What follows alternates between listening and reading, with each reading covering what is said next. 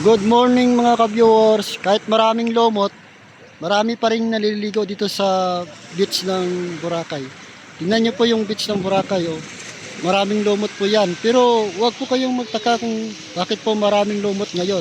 Alam nyo kung bakit na maraming lumot ngayon. Dahil po sa ngayong buwan ng February, papunta na po yun ng Mian, malumot na po yung, kaya maraming lumot ngayon.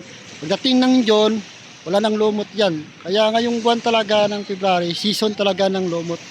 Yung iba dito na pumunta ng Boracay, bakit sila nagtaka? Ay, bakit marami yung lumot dito? Yung iba hindi nila alam kung bakit maraming lumot daw. Dahil po talaga sa season ng February, kaya maraming lumot ngayon.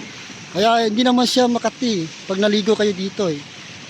Ano naman siya, buhangin, maging buhangin yan. Pag nasikatan ng araw yan, maging kulay puti, kaya maging buhangin siya. Ito yung pumunta dito na wala talagang kalumot-lumot dito. Punta kayo ng ng December, yun, maganda yun, wala nang lumot yun. Kahit June, wala na rin lumot yun. Kaso sa buwan ng June, mabagyo naman, malakas yung hangin, malakas yung alon, at saka pangit yung panahon, kaya ganito talaga yung buwan, maganda.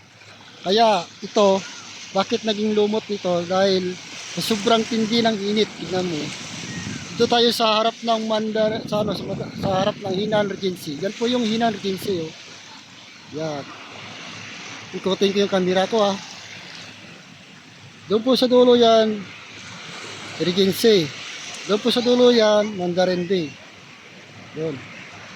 Yung iba dito natatakot maligo kasi sabi nila, ano daw, Makati. Hindi naman yan Makati.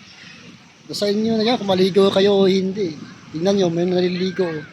At maraming lumot yan, manililigo pa rin. Yan. Tingnan mo yun.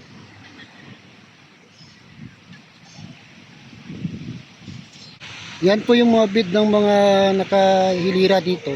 Nasa Hinan Regency yan. Kung hindi, saan kayo nakasti, libre na yan. Wala pong bayad yan. Kung gusto yung umupo dyan, kailangan meron po kayong tuwalya na nakalagay dyan para hindi kayo masita ng mga guard. Kailangan po meron kayong tuwalya nakalagay sa bid na yan.